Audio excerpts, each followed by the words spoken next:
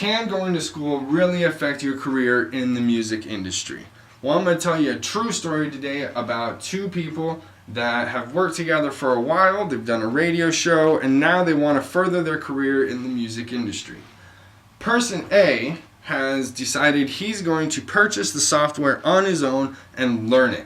Person B decides he's going to look up schools and go to a school. He has found Full Sail University, and that's the school he decides. He's going to spend, I think it's like $64,000 on going to school, and person A is going to randomly pick up stuff here and there and spend that money on that. Person A is learning his software, he's getting it, he's knowing what's going on. Person B is going to school, he's getting the education from instructors, from top producers in the industry, and he's getting critiqued on it and being told what's wrong with it. Now we're going to skip ahead about a year later, where person A is actually making beats and he's showing them off to person B. Person B is enjoying them, bobbing his head, going along with it, and now he's starting to feel a little bit left behind because he hasn't made a beat yet. And now we get into the equipment that they're going to need. Person A buying the software that he did, he doesn't have drums, he doesn't have guitar, so he's got to go and get all this. Person B, he spent the money on going to school, and the school has provided him with this stuff in his software. He's got the keyboard, he's got the microphone, and he's working on top quality software that person A does not have, that maybe the artist in the local industry do not have. But person B has Pro Tools and Logic. Those are what the artists these days are working with.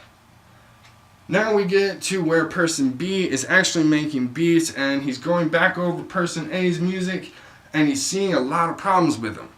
So he's trying to tell person A what his problems are. But person A is now on a different level than person B. They're like this now.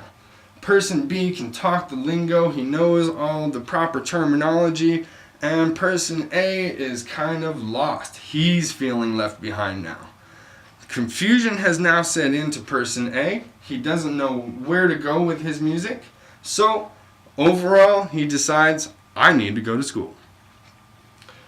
Now, learning all this, I have talked to many people in the industry, national artists and not so national artists. There are major differences that you can talk to, the way you have to talk to these people. One national artist could not count a beat. He didn't know 1, 2, 3, 4, 1 and 2 and 3 and 4. He just didn't know that. He just bobbed his head and kind of went with it.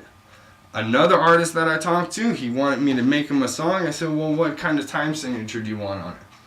He didn't know. He couldn't tell me. He just said, make me a beat and I'll rap over it. This kind of confused me.